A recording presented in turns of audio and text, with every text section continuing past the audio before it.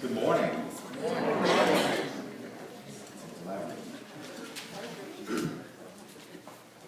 Several weeks ago, I met with members of our worship team to discuss a candlelight service that we just did a few weeks ago. Todd, we want you to lead our candlelighting service. Is this something you're open to doing? I love the 12 powers of man. And since I began studying unity and New Thought metaphysics, the 12 powers have become one of my favorite concepts to explore, and it's one of the favorite classes that I've taken. And I really didn't have to think hard about their question. Of course, I want to lead a celebration service that focuses on the 12 powers, and I also knew that I wanted the service to be different. Something different from what we'd done in the past, and choosing something different was a deliberate decision. Different not because anything was wrong with what we've done in the past, but because right now as a congregation, we are already in the midst of change. And change is not always comfortable. In fact, change can be downright maddening, can't it? In his book, Everything Changes, When Everything Changes, Change Everything, Neil Donald Walsh writes, most people recoil from change. They don't like it because change is about stepping into unfamiliarity. It's about leaving something or someone behind and venturing forth into the unknown. For some, it is about facing deep uncertainty and even a threat to survival itself. And for many people, it is about doing this all alone.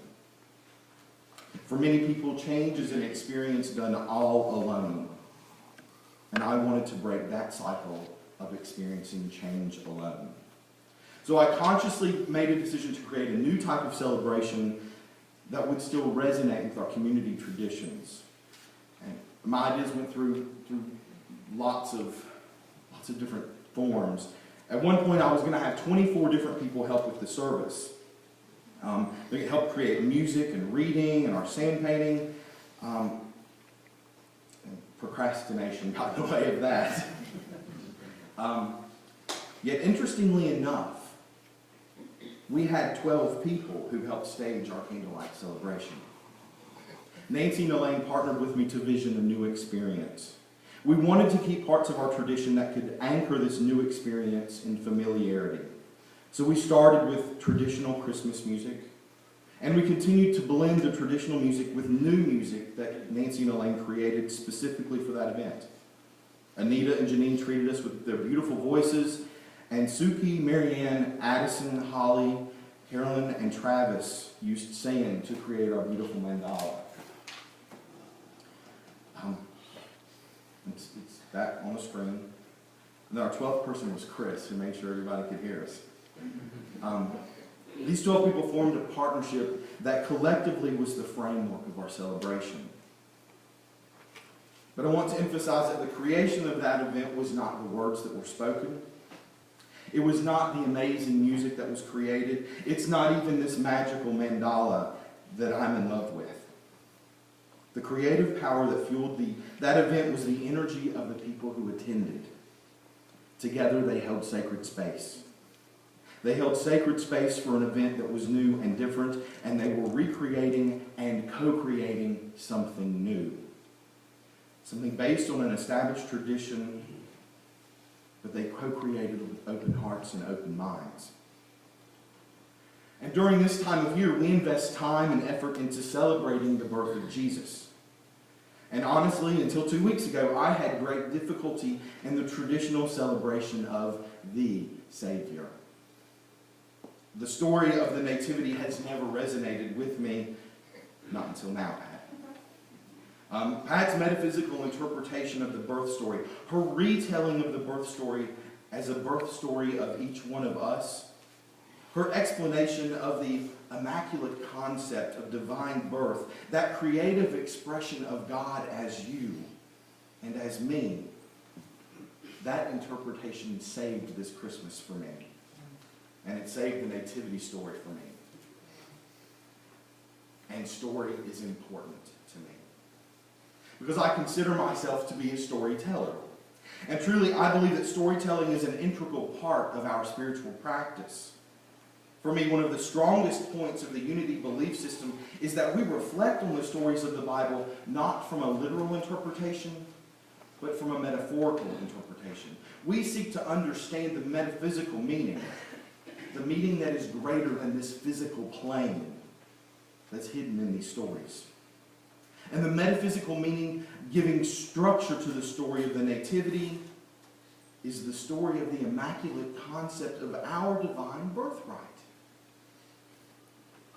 Several weeks ago, Elaine talked to us about our soul's story. In her talk, she warned us of the dangers of judging someone based on individual stories, or worse yet, stories that we've created in our mind about someone else. Do you remember her examples? The man who lived in town that everyone knew was crazy. He lived alone in that odd-looking house and had pit bulls that would parade around the yard. Turns out he was grieving the loss of his family. And Elaine's college roommate, Stephanie, she was very religious. So Elaine just knew that she was going to be intellectually dull and kind of boring. Stephanie later graduated as valedictorian and now has her PhD. And the part of her story that moved me the most was there was the homeless man on the streets of New York City, and that family friend that told all of these young, impressionable children that all homeless people are either drug addicts or alcoholics. Elaine's point was this: knowing only one story of a person's life and making a single story the definitive story of that person's life takes away their humanity. If I create a single story about you and only believe in that single story about you, I am refusing to see the immaculate concept of you. I'm refusing to see the Christ in you. And whenever we don't see the Christ in someone, we're putting power into this belief of separation. And we don't believe in separation, do we? I mean, we say we don't. I mean, that's the foundation of our unity belief system. There is only one presence in the universe, everywhere equally present. Our belief system is not. There is only one presence in the universe, everywhere equally present, except in that jerk that just cut me off as I'm trying to merge on the window. And it's interesting for me that this message came from Elaine at the time it did. Because I have recently been examining my experience of other people and their experience of me. When I didn't know their story and they didn't know mine. And I know that seems ambiguous, so I'll tell you more. My story includes a mixed bag of exhilarating adventures and heartbreak. I was smart enough not to take honors classes in high school because I didn't want the extra homework. I have lost loved ones in tragic accidents, to suicide, to old age, and to horrific diseases. I have played pool at a bar in Radford, Virginia with Karen Grassley. That's Ma Ingalls from Little House on the Prairie. I have stared down bullies. I have been awarded grants from the National Endowment for the Arts. And I have danced alone in a labyrinth, naked, with my toenails painted. It was my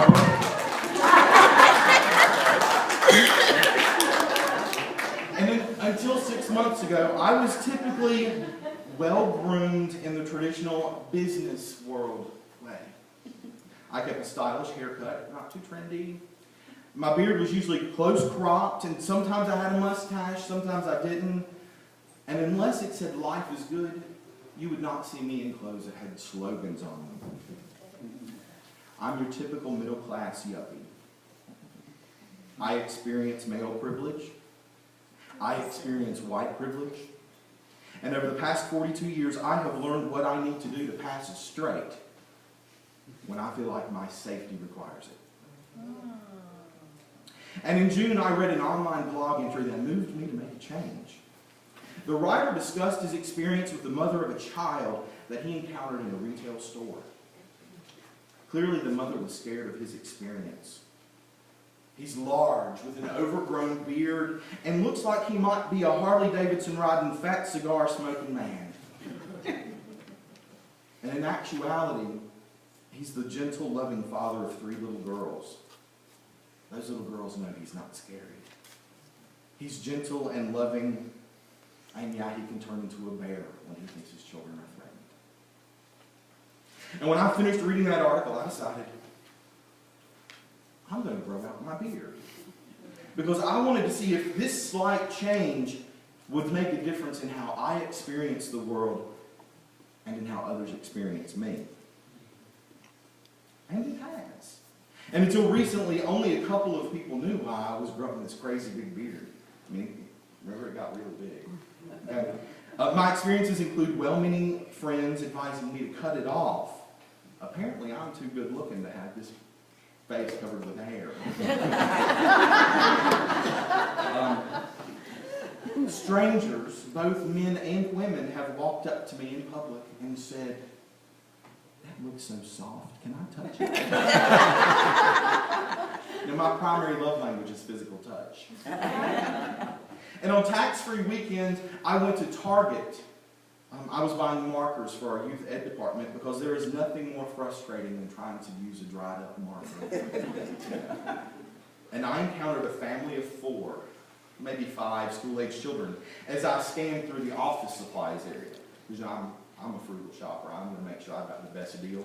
And I'd already been to the back of the store where all the school supplies were.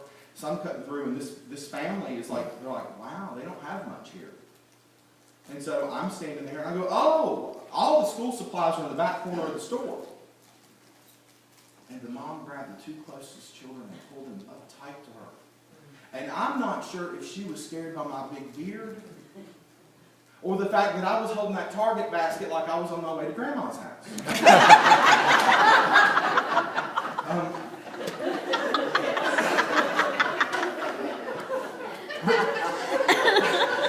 The biggest change that I've experienced is in me.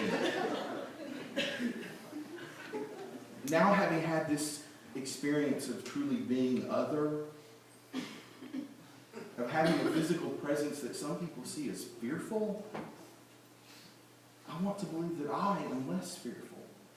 I'm now more aware when I start creating stories about someone because of their clothing, their hairstyle, the car they drive, the company they keep, or the amount of skin that they have covered by tattoos. In all of my experiences, the most impact on me was a conversation with Margaret Clark. She looks scared. I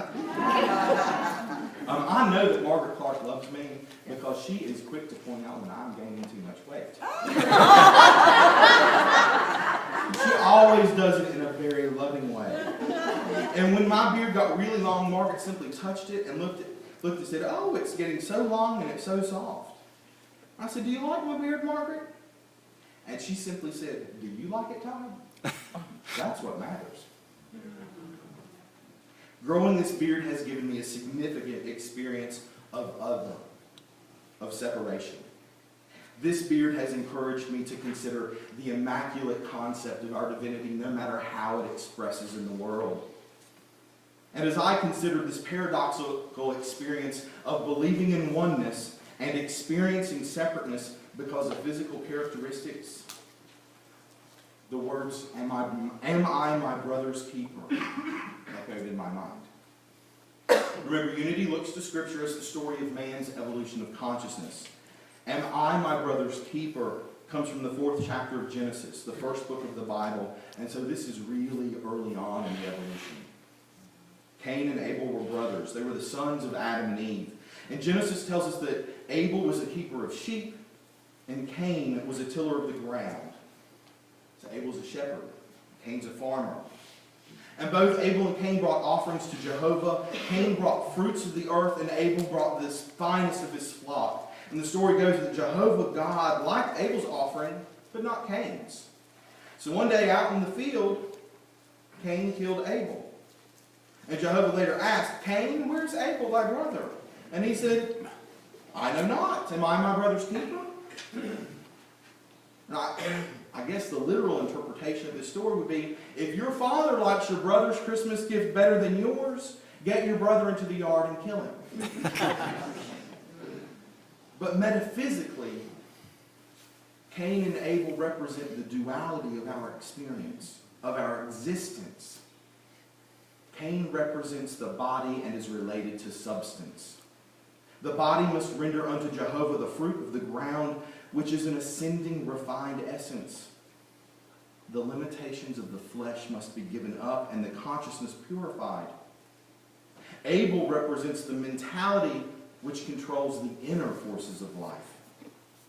The mental is more closely related to the spiritual consciousness, and so, of course, to Jehovah, they're more acceptable.